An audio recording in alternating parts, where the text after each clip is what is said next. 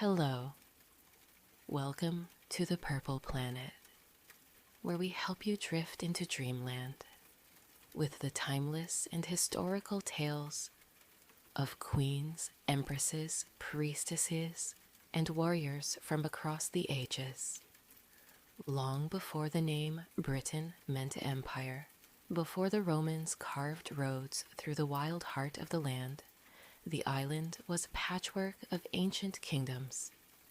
It was the time of the Druids, the age of the iron blade and the sacred oak, when the spirits of the earth and sky were honored with offerings of honey, mead, and blood.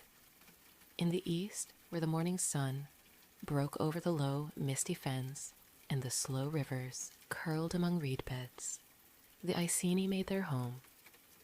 The Iceni's land was a world apart, bounded by thick forests and salt marshes, where deer and wild boar moved through the bracken and wolves haunted the edges of memory. The people lived in roundhouses of wattle and daub, thatched with reeds, clustered in settlements on the high ground above the flooded plains. Their lives followed the seasons: spring for planting barley and wheat, summer for tending herds and training horses, autumn for gathering berries and nuts, and winter for feasting and stories by the fire. Children ran barefoot through the heather, their laughter mingling with the cries of curlews and the distant lowing of cattle. They learned early the ways of the land, how to shape flint for arrowheads, how to track a hare, how to read the signs in the flight of birds. The Iceni were skilled horsemen, their chariots the envy of neighboring tribes, their warriors marked with blue woad and proud scars. The gods were everywhere, present in the whispering woods, the standing stones, the sacred springs. Each tribe honored its own deities, but all paid homage to the Earth Mother and the spirits of their ancestors. The druids, priests, healers, judges walked among the people, keepers of the old wisdom. Their word was law. Their rituals bound the living to the dead and the future to the past. But the world was changing. To the south, rumors had long drifted of strange, disciplined men, Romans, who had conquered Gaul and crossed the sea, their ships bristling with soldiers and their banners heavy with gold. The first Roman scouts had come before Boudica was born, probing the edges of the island, testing its strength. Then, in 43 CE, under the distant command of Emperor Claudius, the storm broke. The legions landed at Richborough, iron-shod and relentless, led by Aulus Plautius and the future Emperor Vespasian. They marched inland, building camps and roads, bridging rivers, and crushing resistance with machine-like efficiency. Their standards, bears, eagles, wolves, cast long shadows across the fields. For the people of the Iceni, the arrival of Rome was both threat and opportunity. Some tribes fought and fell, their king slain, their people enslaved. Others, wary but pragmatic, chose the path of accommodation. The Romans, experts in the art of divide and rule, offered gifts to those who bent the knee: wine, glass beads, silver coins, stamped with the emperor's head. In exchange, they demanded tribute and oaths of loyalty. Among those who chose alliance was Prasutagus, king of the Iceni. Tall, shrewd, and fiercely proud, Prasutagus saw the writing on the wall. He bargained for his people's survival, accepting Roman overlordship in return for a measure of autonomy.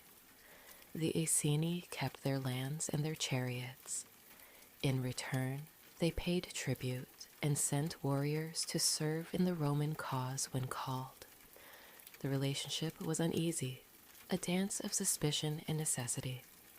Roman merchants set up shop beside the Iceni's market stalls, introducing olive oil and garum, Roman law, and Roman gods, the Iceni's own coinage began to bear not only Celtic symbols, but the marks of Rome. Yet beneath the veneer of civility, tensions simmered. The Iceni watched as their neighbors, the Catovellauni, the Trinovantes, lost their lands, saw their sacred groves cut down, their leaders replaced by Roman magistrates. At night, the Iceni gathered around their fires and wondered what would come next. The Druids whispered warnings, reading omens in the stars. The old ways endured, but the world was shifting, caught between the memory of freedom and the reality of empire.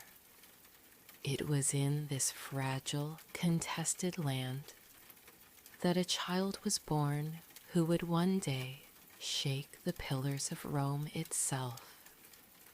Boudica's story began in the shadow of the old gods, beneath the endless sky of the Iceni homeland. She was born around 30 CE, daughter of noble blood, in a world where the line between mortal and myth was often blurred. Even as a child, her presence seemed to command the space around her. A tall, willowy girl with fierce eyes and hair that gleamed like fire in the sunlight. The ancient chroniclers, Tacitus and Cassius Dio, would later try to capture her essence in words meant for distant cities. They wrote of her stature, taller than most men, with a long, proud neck and a voice that rang out like a battle horn across the fields. Her hair, they said, was a mass of red gold, thick and untamed, falling past her waist, in wild, gleaming waves. When she spoke, her words cut like sharpened iron, and when she laughed, the sound was both joyous and unsettling, like the cry of a hawk. But Boudica was more than her appearance. She was a child of a culture that honored strength and spirit, in women as well as men. In the world of the Celts, daughters were not locked away or confined to shadows. Women could inherit land, command warriors, and speak in councils. In some tribes, queens ruled in their own right, leading men into battle with the blessing of the ancestors. The goddess Andraste, protector of victory, was ever present in the minds of Iceni women, and her priestesses taught that the blood of queens was as sacred as the blood of kings. From her earliest days, Boudica was trained not only in the skills of home and hearth, but in the arts of war and wisdom. Her mother, herself, the daughter of chieftains, taught her to weave and to heal, to bargain in the market, and to read the omens. Her father, a lord of the Iceni, placed a sword in her hands and showed her how to ride a chariot, how to draw a bow, and how to command respect with a word or a glance. Her education was both practical and spiritual. She learned the laws of the tribe, the stories of the ancestors, and the sacred rites of the Druids. She was taught to honor the spirits of the land, to pour libations at the sacred springs, and to listen for the voices of the gods in the rustle of leaves and the flight of birds. The Druids, robed in white and crowned with oak leaves, spoke to her of fate and sacrifice, of the thin line between this world and the next. By the time she reached womanhood, Boudica's reputation had spread beyond her own people. She was no mere ornament for a royal marriage, but a force in her own right, a woman of learning and fire, as swift with a spear as she was wise in counsel. Her skin was marked with the blue woad of her tribe, swirling patterns that spoke of lineage and power. Around her neck, she wore a heavy gold torse, the symbol of her nobility, and on her arms, bronze bracelets that sang when she lifted them in greeting. When she married Prasutagus, it was a union of equals, a joining of two strong spirits, Forged in the fires of tradition and ambition, Prasutagus was older, a seasoned ruler with a keen sense of politics, but he recognized in Boudica the rare spark of destiny. Together, they ruled the Iceni as partners, their voices united in council, their hands joined in ceremony. They raised 2 daughters, teaching them the ways of their people, the courage to stand tall, the wisdom to choose allies, the faith to trust in the ancestors. Life among the Iceni was hard but not grim. The people worked the land, raised cattle and sheep, and gathered honey from the wild hives. They held festivals at the turning of the seasons, feasting on roasted boar and new bread, dancing by torchlight to the sound of pipes and drums. The children learned to swim in the rivers and to ride the swift ponies of the fens. The women gathered in circles to tell stories, passing down the old tales of heroes and monsters, of gods who walked the earth in disguise. Yet beneath the surface, unease simmered. The Romans were never far from thought, their customs and laws seeping into daily life. Roman coins passed from hand to hand in the market, stamped with the cold foreign faces of emperors. Roman merchants brought new luxuries, wine, olive oil, glass beads, but also new demands. Tribute must be paid, roads must be built, and the word of Rome was law. For now, the Iceni endured, proud of their independence, yet wary of the world beyond. Boudica watched and waited, her keen mind absorbing every shift in the balance of power, every slight or demand from the Roman officials stationed at the edges of her world. She was a queen, but she was also a mother, a priestess, a leader shaped by the old ways and the new terrors. No one, not even Boudica herself, could have foreseen how quickly peace would shatter and how her name would come to echo down the centuries as both a curse and a cry of hope. The uneasy peace that had settled over the Iceni lands was as fragile as a dragonfly's wing, shimmering and delicate, always at risk of being torn by the shifting winds of empire. For nearly 2 decades, Prasutagus had kept Rome at bay, honoring the terms of their alliance with careful gifts and formal words, always alert to the moods of the governors and the ambitions of imperial officials. He saw the encroachment, new Roman towns rising on sacred ground, the quiet pressure to adopt foreign customs, the greedy eyes cast toward Iceni wealth. But he held the line, for his people and for his family. The end came as it so often does, not with a clash of armies, but with the slow, cold hand of death. Around 60 CE, Prasutagus grew ill. The king, once strong and vital, faded by the fireside, his voice growing thin, his gaze fixed far beyond the reed-choked marshes. In the final days, as the druids chanted and the women gathered, Prasutagus made his will, an act meant to secure peace for those he loved. He left his kingdom jointly to his 2 daughters and to the Emperor Nero, hoping that Rome would honor his loyalty and safeguard his bloodline. It was a gesture of conciliation, a bridge between worlds. But Rome understood only power and possession. Mercy was not in the lexicon of empire. When word of Prasutagus' death reached the Roman procurator in Camulodunum, it was as though a long-caged wolf had scented weakness. Roman troops poured into Iceni lands. The will was ignored. The fiction of autonomy dissolved. Roman creditors arrived with ledgers and cold smiles, demanding repayment of imagined debts. The Iceni nobles were stripped of their lands and possessions. The king's household was plundered, its treasures carted away, gold torques, cattle, horses, every symbol of dignity and power. Then came the act that would set Britain ablaze. Boudica, queen and widow, was summoned before the Roman officials.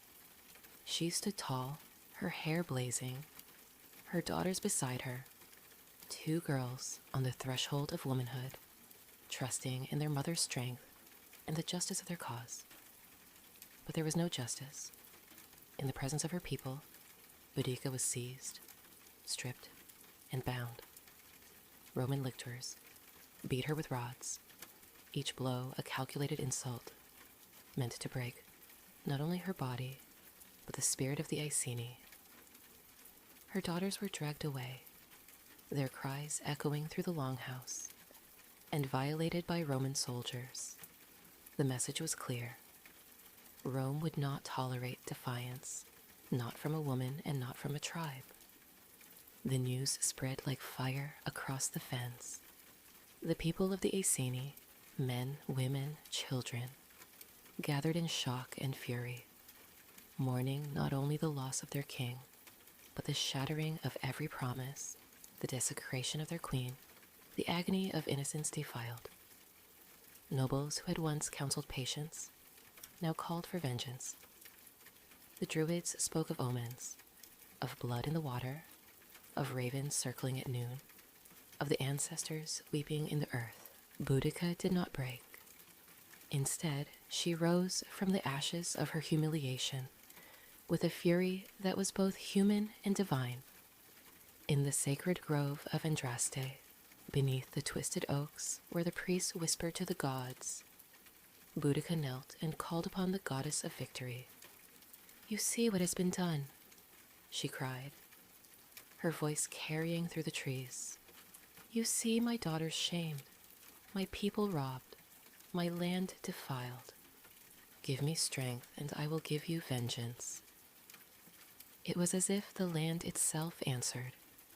From neighboring tribes, Trinovantes, who remembered their own lost freedoms, Cornovi, who chafed under Roman taxes, warriors from the Catuvellauni, and Atrebates came messengers and swords.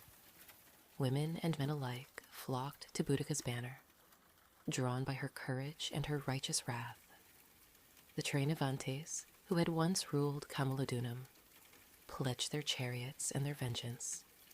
Priests and priestesses offered blessings and omens, anointing swords with sacred water, casting lots in the firelight. Boudica stood before her people, flames reflected in her eyes, her daughters at her side, no longer mere girls, but symbols of the wound Rome had inflicted on all of Britain. She spoke not only of revenge, but of justice, of the right of every tribe to live free, of the memory of ancestors, and the hope for children yet unborn. Her voice rang out across the fields, gathering the broken and the angry, turning grief into resolve. She was no longer only a queen, but a living embodiment of the land's rage, a mother wronged, a leader awakened, an avenger chosen by the gods. As her army grew, so too did the legend. Boudica, the red-haired fury, the scourge of Rome, the hope of Britain. They painted their faces with woad and sharpened their spears. The chariots were readied, the horses shod, the war horns sounded. Across the marshes and meadows, the tribes gathered, old enemies united, old wounds forgotten in the face of a greater threat. Into the deep of night, fires burned on the hills, signaling the coming storm. Rome had broken its word, and now the land itself would rise to answer. The wind that swept across the fens in the spring of 60 CE carried a new sound. The rumble of chariot wheels, the clash of bronze, the pulse of war drums. Boudica's army was no professional legion, but a tidal force of tribes, bound together by outrage and hope. They came from every corner of the East, men and women, elders and youths, all answering the summons of the red-haired queen, who now seemed more spirit than flesh. Her war council gathered beneath a sky streaked with twilight, the fires of rebellion burning bright on every hill. Boudica stood at their center, cloaked in wolfskin, her daughters at her side. "We fight for our ancestors and our children," she declared, her voice cutting through the night air. "Rome has betrayed us, defiled our homes, and shamed our blood. Let them feel the wrath of a free people."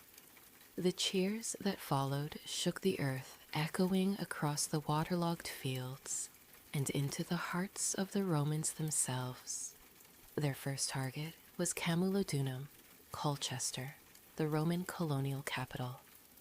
To the Britons, it was a city built on stolen land, crowned by the hulking temple of Claudius, a monument to foreign domination. The Roman settlers, sensing unrest, sent urgent pleas for help to the governor, Gaius Suetonius Paulinus. But Suetonius was far to the west, engaged in a brutal campaign against the Druids on the Isle of Mona, Anglesey, determined to stamp out the last embers of native faith. The defenders of Camulodunum, Roman veterans and their families, were left exposed. The city's wooden palisade was half-finished, more symbolic than real. The local auxiliary forces, more accustomed to policing than war, quailed at the sight of the swelling Briton host. The colonists retreated into the temple, certain the gods of Rome would protect them. The siege lasted 2 days. The Britons, outnumbering the settlers by thousands, set fire to the houses and hurled burning brands over the temple walls. Smoke billowed into the sky. Screams filled the streets. The temple's defenders held out as long as they could, but the roof finally collapsed in a storm of embers and stone. When it was over, Camulodunum was a blackened ruin, its monuments smashed, its citizens slain to the last. The temple of Claudius, pride of the conquerors, was reduced to scorched rubble. The news spread with terrifying speed. Quintus Petilius Cerialis, commander of Legio IX Hispana, marched south from Lindum, Lincoln, with his legionaries, determined to relieve the city and restore Roman order. But the Britons, masters of the land, knew every hill and hollow. Boudica's scouts tracked the Romans' every move. As the legion approached, the Britons sprang their trap in the narrows, north of Camulodunum. The Roman infantry, unprepared for the fury that greeted them, were surrounded and slaughtered. Only Cerialis and a handful of cavalry escaped, galloping back through the woods in bloody disarray. Panic swept the province.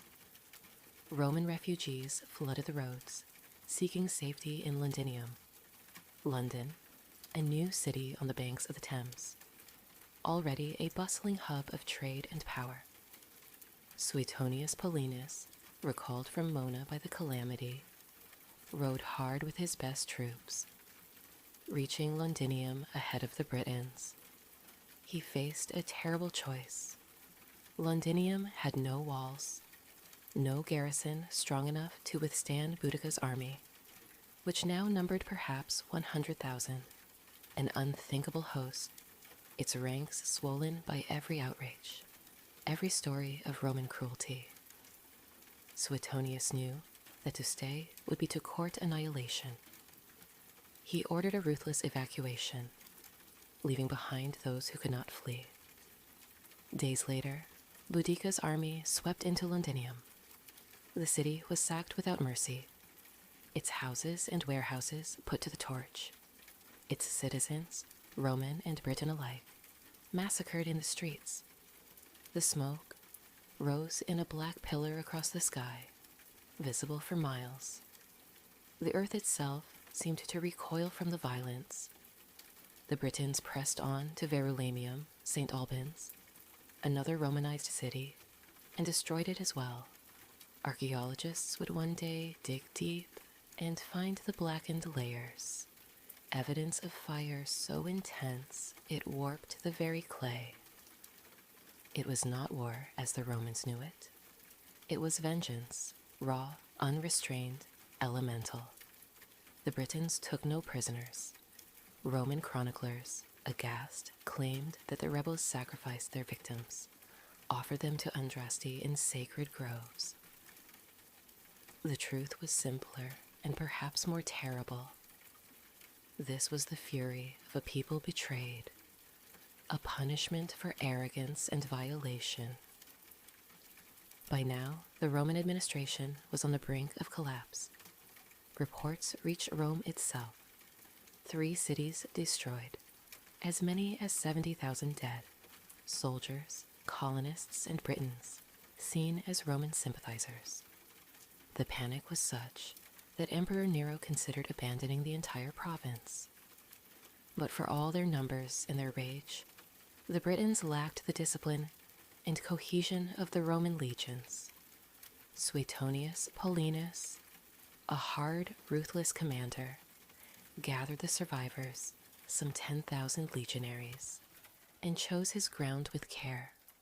On the old Roman road known as Watling Street, he found a narrow defile, flanked by woods, with no room for the Britons to outflank or encircle his outnumbered force.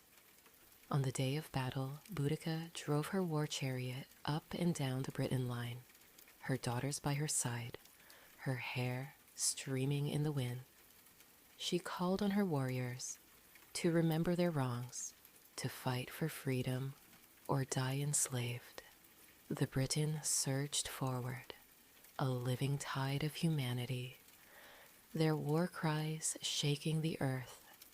But the Romans stood in silence, shields locked, pila raised.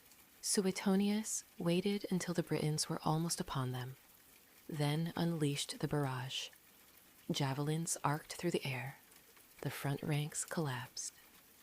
The Romans advanced in wedge formation, cutting deep into the massed tribes.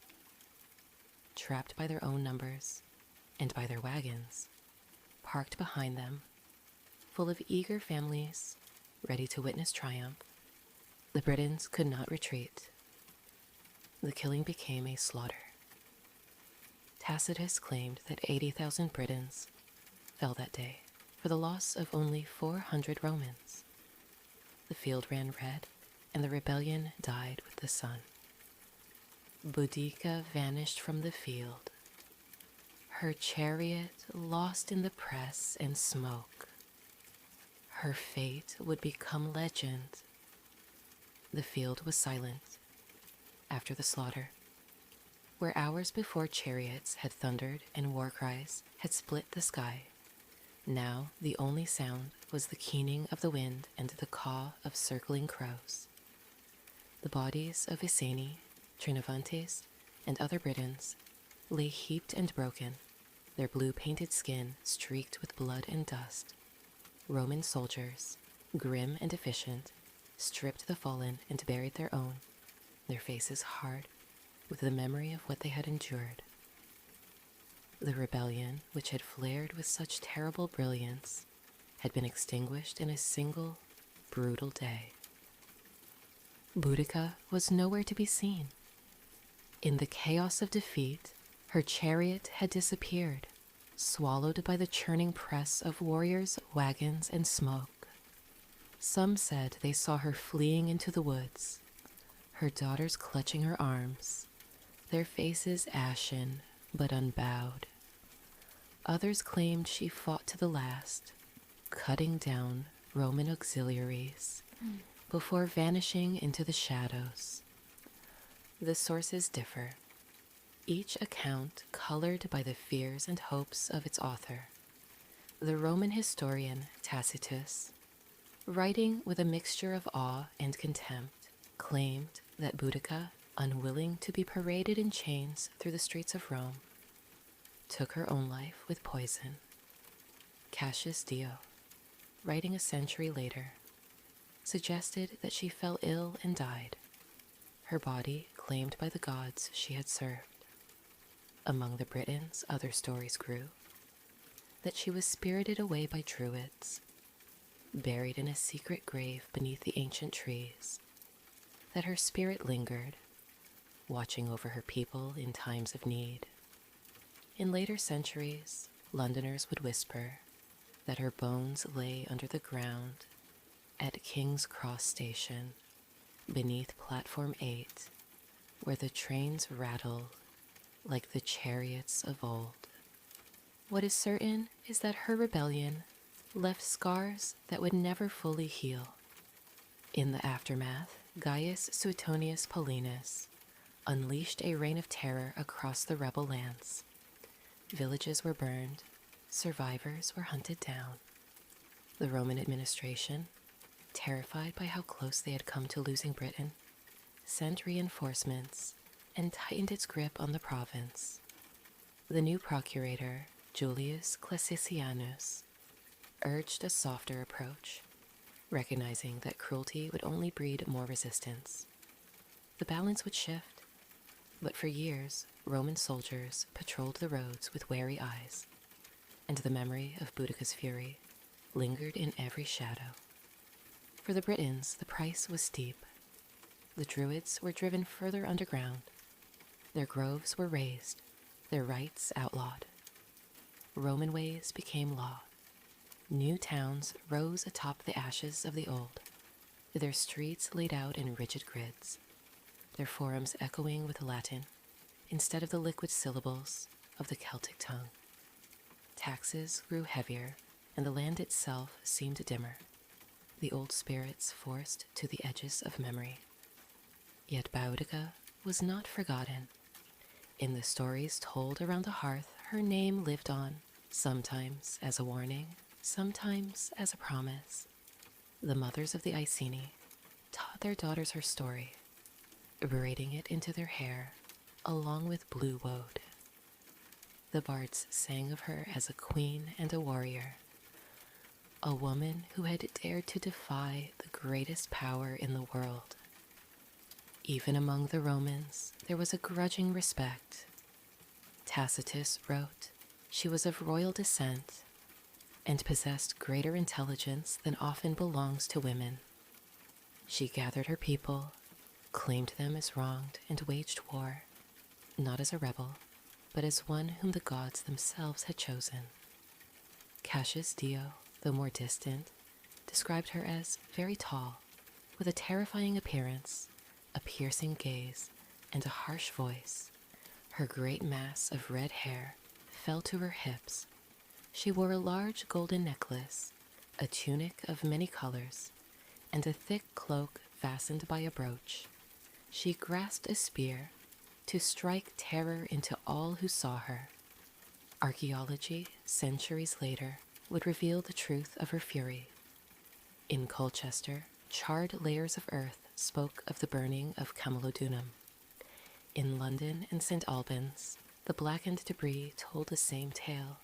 Cities erased by fire, pottery warped by heat that only total destruction could bring. Beneath the bustling streets of modern cities, the memory of Boudica's uprising endures, a layer of darkness amid the bright stones of empire. Her rebellion changed Rome's relationship with Britain. Never again would the governors underestimate the power of the tribes. Garrison towns multiplied. The army became ever present, a steel net cast over the land.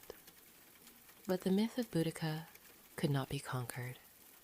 She had become more than a woman, more than a queen. She was the voice of the land, the spirit of a people who refused to be broken. Her daughters, though scarred by Rome's cruelty, survived. Some said they fled north, disappearing into legend. Others believed they lived quietly under Roman rule, their lineage hidden but unbroken.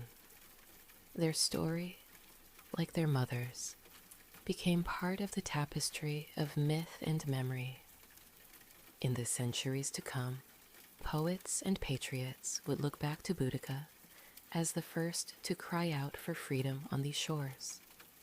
Her death was not the end, but the beginning of a legend that would outlive kings and conquerors alike. In the centuries after her death, Boudica's name was a whisper, dangerous, forbidden, and yet unforgotten. The Romans tried to overwrite the story. They built their towns across the scorched earth, planted their gods on every hill, and forced Latin into the mouths of local children. But the land remembered, in the silent hollows where the Iceni once gathered, in the wind that swept across the fens, her legend lingered, queen, mother, avenger. Centuries turned. Rome's legions marched away, their empire unraveling. Saxons, Danes, Normans came in waves, each leaving their mark upon Britain's soil. Through it all, the shadow of Boudica remained, sometimes barely visible, sometimes flaring bright in times of crisis. Chroniclers, monks, and poets remembered her as a pagan queen, a scourge, a warning of what happened when women in Britons defied the world's order. But beneath the Christian disapproval, something wilder endured, a sense of pride, the stubborn memory of a woman who had dared to dream of freedom. It was in the Tudor age that Boudica's story began to rise again. England, facing the threat of Spanish invasion, hungered for heroes who stood against foreign tyranny. The chronicler Raphael Holinshed included her tale in his histories. Elizabethan poets seized upon her as a symbol of native valor. In the court of Queen Elizabeth I, herself a red-haired monarch, ruling a nation beset by enemies, Boudica's legend found fertile ground. She became a mirror, warrior queen, reflecting warrior queen, each shaped by peril and resolve. Yet it was in the Victorian era that Boudica's myth truly blossomed. Empire builders and reformers alike looked back to her as the mother of the nation. Thomas Thornycroft's great bronze statue, Boudica driving a chariot, her daughters at her side, arms raised in defiance, was cast in the mid-19th century and erected near Westminster Bridge at the turn of the 20th. There she stands to this day, wheels poised above the traffic, eyes fixed on the heart of the city that once burned at her command. Queen Victoria herself was named for Boudica. Her name derived from the same ancient root, victory. Victorian artists, poets, and historians remade Boudica into a symbol of righteous rebellion, a defender of home and hearth. She appeared in paintings, in children's books, in the verses recited by schoolchildren.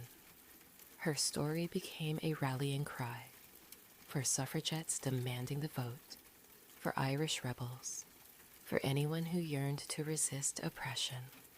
With each retelling, Boudica's image shifted and grew. The Romantic poets saw her as a tragic heroine, doomed but unbowed. The suffragists claimed her as a proto-feminist, a woman who led armies and stood equal to men. In wartime, she was invoked as a spirit of national resistance, her name cited in speeches, her statue decked with flags. Yet beneath the layers of myth, the real woman endures, complex, wounded, fierce. Modern historians return to the sources, Tacitus, Cassius Dio, the blackened archaeological layers beneath Colchester and London.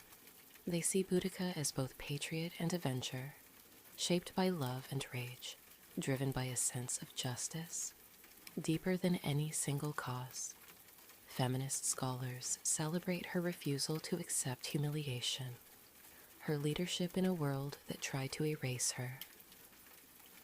Others caution against romanticizing the violence of her revolt, reminding us that her uprising was both liberation and destruction.